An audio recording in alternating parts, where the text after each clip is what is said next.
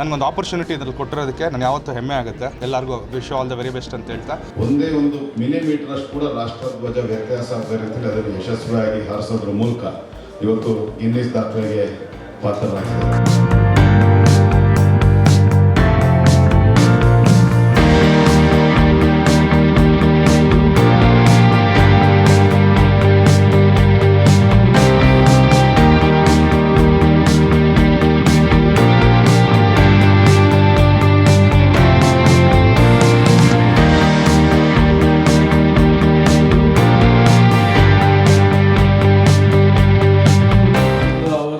ಸಾಮರ್ಥ್ಯದ ಒಂದು ಕಾನ್ಫಿಡೆನ್ಸ್ ಎಷ್ಟಿರಬೇಕು ಅಂತ ಒಂದು ದೊಡ್ಡ ಸಾಧನೆ ಮಾಡಿದ್ದಾರೆ. ಸರಳ ಸಜ್ಜನಿಕೆ, ಒಬ್ಬ ಯುವಕ, ಇದು ಮಾರ್ಗದರ್ಶನ, ಇದು ಮುಂದಿನ ಯುವಕರಿಗೆ ಒಂದು ಸ್ಫೂರ್ತಿ ಅಂತ ನಾನು ಭಾವಿಸಿದ್ದೀನಿ.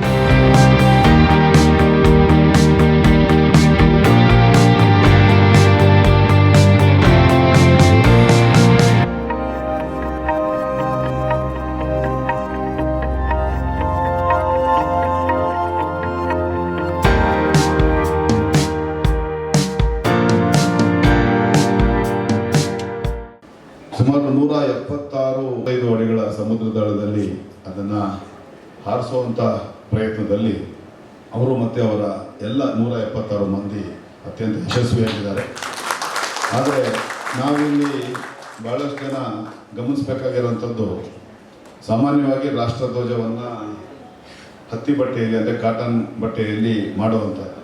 ಆದರೆ ಒಂದು ಹತ್ತಿ ಬಟ್ಟೆಯಲ್ಲಿ ಮಾಡಿರ್ತಕ್ಕಂಥ ರಾಷ್ಟ್ರಧ್ವಜವನ್ನು ನೀರಿನಲ್ಲಿ ಮುಳುಗಿಸಿದಾಗ ಅದು 2400 ಚದರ ಮೀಟರ್ ವಿಸ್ತೀರ್ಣದ ರಾಷ್ಟ್ರಧ್ವಜ, ಅಂದರೆ ಕನಿಷ್ಠ 7-8 ಸಾವಿರ kg ಅಂದರೆ 7-8 ಟನ್ಗಳಷ್ಟು ಭಾರ ಅದಾಗುತ್ತೆ.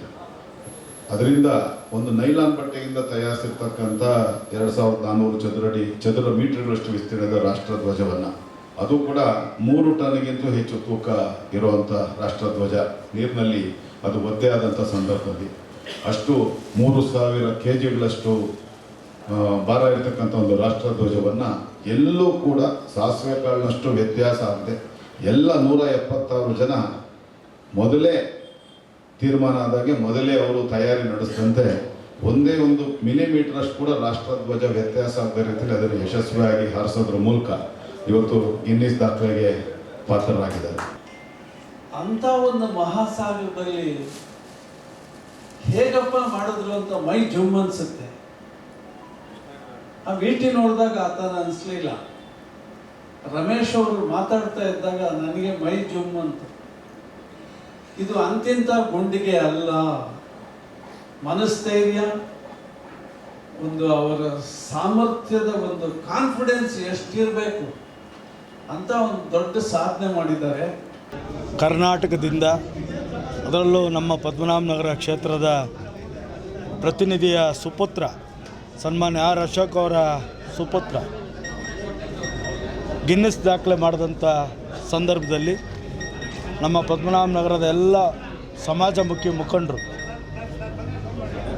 ಸಮಾಜ ಸೇವಕರು, ಎಲ್ಲ ಹಿರಿಯರು, ಯುವಕರು, ಸಂಘ ಸಂಸ್ಥೆಗಳು ಸಹ ಎಲ್ಲರೂ ಬಂದು ಶರತ್ ಅಶೋಕ್ ಅವರಿಗೆ ಒಂದು ಗಿನ್ನಿಸ್ ದಾಖಲೆ ಮಾಡಿದ್ದಕ್ಕೆ ಶುಭವನ್ನು ಹಾರೈಸಬೇಕು ಅಂತೇಳಿ ಅನಿಸಿಕೆಯ ಪ್ರಕಾರ ಈಗಾಗಲೇ ಮುಗಿದಿದೆ. ನಾನಾದರೂ ಈ ಸಂದರ್ಭದಲ್ಲಿ ಹೇಳ್ತೀನಿ, ಶರತ್ ಅಶೋಕ್ ಅವರಿಗೆ ಇನ್ನೂ ಒಬ್ಬ ಯುವಕ ಮಾಡಿರ್ತಕ್ಕಂಥ ಸಾಧನೆ ಇನ್ನೂ ಭಾಳ ಇದೆ. ಆಗಿರ್ತಕ್ಕಂಥದಕ್ಕೆ ಸಾಧನೆ ತೃಪ್ತಿ ಇದೆ.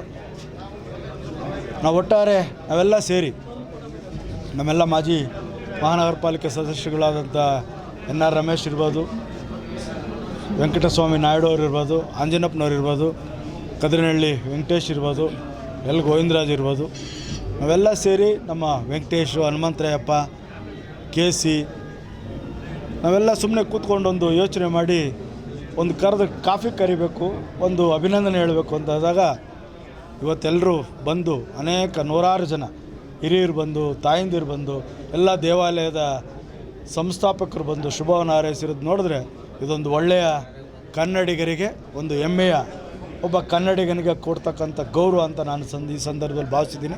ಆ ಗೌರವಕ್ಕೆ ಪಾತ್ರರಾಗಿರ್ತಕ್ಕಂಥ ಶರತ್ ಅಶೋಕ್ ಅವರಿಗೆ ನಾನು ವೈಯಕ್ತಿಕವಾಗಿ ಎಲ್ಲರ ಪರವಾಗಿ ವಿನಂತಿ ಮಾಡೋದಿಷ್ಟೇ, ನಿನ್ನ ಸಾಧನೆ ಪದ್ಮನಾಭನಗರ ಕೀರ್ತಿ, ನಿಮ್ಮ ಯಶಸ್ವಿ ಕರ್ನಾಟಕದ ಕನ್ನಡಿಗರಿಗೆ ಒಂದು ಕೀರ್ತಿ.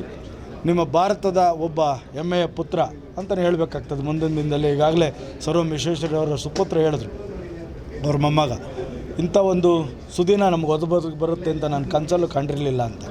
ಅನೇಕ ಚಲನಚಿತ್ರ ನಟರು ರಮೇಶ್ ಭಟ್ ಇರ್ಬೋದು, ಶ್ರೀನಗರ ಕಿಟ್ಟಿ ಇರ್ಬೋದು, ಎಲ್ಲರೂ ಅನೇಕ ದಿಗ್ಗಜರು ಬಂದು ಈ ವಯಸ್ಸಿನ ಒಬ್ಬ ಯುವಕನಿಗೆ ರಾಜಕಾರಣಿ ಮಗ ಅಲ್ದೇ ಎಲ್ಲೂ ಹಮ್ಮಿಲ್ಲ ಅಂಥೇಳಿ ಎಲ್ಲರೂ ಮಾತಾಡಿದಂಥ ಸಂದರ್ಭ ತಾವೆಲ್ಲ ನೋಡಿದ್ದೀರಿ, ನಾವು ನೋಡಿದ್ದೀರಿ. ಅಂಥ ಒಬ್ಬ ಸರಳ ಸಜ್ಜನಿಕೆ, ಒಬ್ಬ ಯುವಕ, ಇದು ಮಾರ್ಗದರ್ಶನ, ಇದು ಮುಂದಿನ ಯುವಕರಿಗೆ ಒಂದು ಸ್ಫೂರ್ತಿ ಅಂತ ನಾನು ಭಾವಿಸಿದ್ದೀನಿ.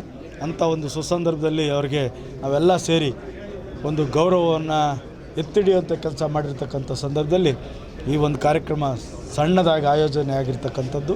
ಇದಕ್ಕೆ ಬಂದು ಎಲ್ಲರ ಪ್ರೀತಿ ವಿಶ್ವಾಸವನ್ನು ಗಳಿಸಿದಂಥ ಶರತ್ ಅಶೋಕ್ ಅವರಿಗೆ ಮತ್ತೊಮ್ಮೆ ತಾಯಿ ಬನಶಂಕರಮ್ಮನಲ್ಲಿ ಪ್ರಾರ್ಥನೆ ಮಾಡ್ತೀನಿ, ಒಳ್ಳೆಯ ಆರೋಗ್ಯ, ಆಯುಸ್ಸು, ಮುಂದಿನ ದಿನ ಅಧಿಕಾರ ಕೊಡಲಿ ಅಂತೇಳಿ ನಾನು ಈ ಸಂದರ್ಭದಲ್ಲಿ ಶುಭವನ್ನು ಹಾರೈಸ್ತೀನಿ. ಫಸ್ಟು ಎಲ್ಲರಿಗೂ ಧನ್ಯವಾದ ಹೇಳಕ್ಕೆ ಕೇಳ್ತೀನಿ. ಎಲ್ಲ ಬಂದು ಎಕ್ಸ್ಪೆಷಲಿ ನಿನ್ನೆ ಬಸವರಾಜ್ ಸರ್ ಅವರು, ಆಮೇಲೆ NR ರಮೇಶ್ ಸರು, ಮತ್ತು ಎಲ್ಲರೂ ನಮ್ಮ ಮಾಜಿ ಎಲ್ಲ ಫೋನ್ ಮಾಡಿ ನನಗೆ ಹೇಳಿದ್ರು ಈ ಥರ. ನಾನು ಇದು ಯಾವಾಗ ಹೇಳಿ ಸರ್ ಬರ್ತೀನಿ ಅಂತ ಇದು ಮಾಡಿದ್ದೆ. ಬಟ್ ಇಷ್ಟು ಅದ್ದೂರಿಯಾಗಿ ಎಲ್ಲ ಈ ಥರ ಇದೆಲ್ಲ ಮಾಡಿರೋದ್ರಿಂದ ನನಗೂ ತುಂಬ ಖುಷಿ ಆಗ್ತಾಯಿದೆ. ಒಂದು ದೇಶದ ಹೆಮ್ಮೆ, ಇನ್ನೊಂದು ಸ್ಟೇಟ್ದು, ಕರ್ನಾಟಕದಿಂದ ನಾನು ಒಬ್ಬರೇ ಮಾಡಿರೋದ್ರಿಂದ ಒಂದು ಕನ್ನಡಿಗರು ರೆಪ್ರೆಸೆಂಟ್ ಮಾಡಿ ನಾನು ಮಾಡಿರೋದು ಅಂತ ಅಂದ್ಕೊತೀನಿ. ಸೊ ಇದೇ ಥರ ನಮಗೆಲ್ಲರೂ ಈ ಥರ ಆಶೀರ್ವಾದ ಪ್ರೋತ್ಸಾಹ ಇರಲಿ ಅಂದ್ಬಿಟ್ಟು ಕೇಳ್ತೀನಿ. ಒಂದು 20-25 ದಿವಸದಿಂದ ಪ್ರಾಕ್ಟೀಸ್ ಮಾಡ್ತಾಯಿದ್ದು. ಡೈಲಿ 6 ಅವರ್ ನೀರಲ್ಲಿ ಇರಬೇಕಾಯಿತು, 6 ರಿಂದ 8 ಅವರ್ ನೀರು ಒಳಗಡೆ, ಮೇಲಲ್ಲ. ಸೊ ಸ್ವಲ್ಪ ಬರ್ತಾ ದಿನ ಬರ್ತಾ ಕಷ್ಟನೇ ಆಗ್ತಾಯಿತ್ತು. ಯಾಕೆಂದರೆ ಪ್ಲಸ್ ಒಂದು ಬಿಸಿಲು, 42 ಡಿಗ್ರಿ ಬಿಸಿಲು, ಆಮೇಲೆ ಪ್ಲಸ್ ನಮ್ಮದು ಆಕ್ಸಿಜನ್ ಸಿಲಿಂಡ್ರ್ ಬೇರೆ ಡ್ರೈ ಆಕ್ಸಿಜನ್. ಸೊ ಒಳಗಡೆ ಲಂಗ್ಸಲ್ಲೆಲ್ಲ ಸ್ವಲ್ಪ ನಮಗೂ ಇದಾಗಿತ್ತು. ಸೊ ಬಟ್ ಎಲ್ಲರೂ ನಾವೇ ಅಲ್ಲ, ಬರೀ Indian navy, coast guard, police department, forest department ಎಲ್ಲರೂ ಸೇರಿ ಇದು ಒಂದು ದೊಡ್ಡ ಇದರಲ್ಲಿ ಮಾಡಿರೋದನ್ನು. ಸೊ ಹಾಗಾಗಿ ತುಂಬ ಯಶಸ್ವಿಯಾಗಿ ಪೂರ್ಣಗೊಳಿಸಿದ್ರೆ. ಸೊ ಅದಕ್ಕೆ ನಾನು ಹೆಮ್ಮೆ ಪಡ್ತೀನಿ.